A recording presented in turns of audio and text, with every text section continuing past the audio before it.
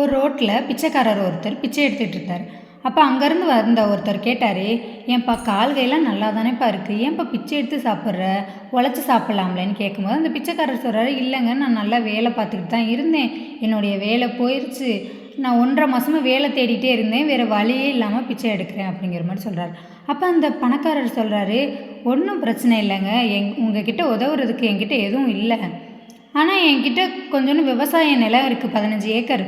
அந்த ஏக்கரை வச்சுக்கிட்டு நீங்கள் அதிலேருந்து முன்னேறி வாங்க, எனக்கு 100ல் 10% கொடுத்தா மட்டும் போதும் அப்படின்னு சொல்கிறார். அதை கேட்டோன்னே அவருக்கு ரொம்ப ஆச்சரியமாக இருந்துச்சு. என்ன 100ல் 90 எனக்காங்க, 10% மட்டும் உங்களுக்கு போதுமாங்கன்னு கேட்டதுக்கு, எனக்கு 10% மட்டும் போதும்னு சொல்கிறாங்க. அவரும் நல்லா கடுமையாக உழைக்கிறாரு, ரவும் பகலும் உழைச்சி காசு பணம்லாம் சேர்க்குறாரு, கார் வாங்குறாரு, வீடு வாங்குறாரு, எல்லாமே பண்ணுறாரு. அது பண்ணதுக்கப்புறம் அவருக்குன்னு அந்த முதலாளிக்குன்னு கொடுக்க வேண்டிய அந்த 10% மட்டும் அவர் கொடுக்க மறந்துடுறாரு.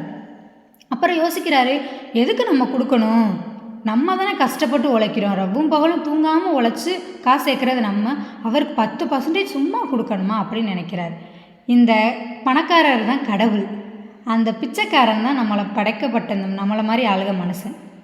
அந்த இறைவன் நமக்கு எவ்வளோ தான் கொடுத்தாலும் அந்த இறைவனுக்கு வந்து ஒரு 10% மட்டும் அவரை வணங்குறதோ இல்லை ஏழைகளுக்கு உதவி செய்கிறதோ ஏதோ ஒன்று, அந்த ஒரு 10% இறைவனுக்கு செலுத்த வேண்டிய கடமை அந்த 10% மட்டும் நம்ம செலுத்த மாட்டேங்கிறோம். கடவுள் நமக்கு எல்லாமே கொடுத்துருக்க, அழகாக அறிவை எது கொடுத்தாலும் நம்ம எதோ போதும்னு சொன்னாலும் பணம் மட்டும் நமக்கு பத்தாது.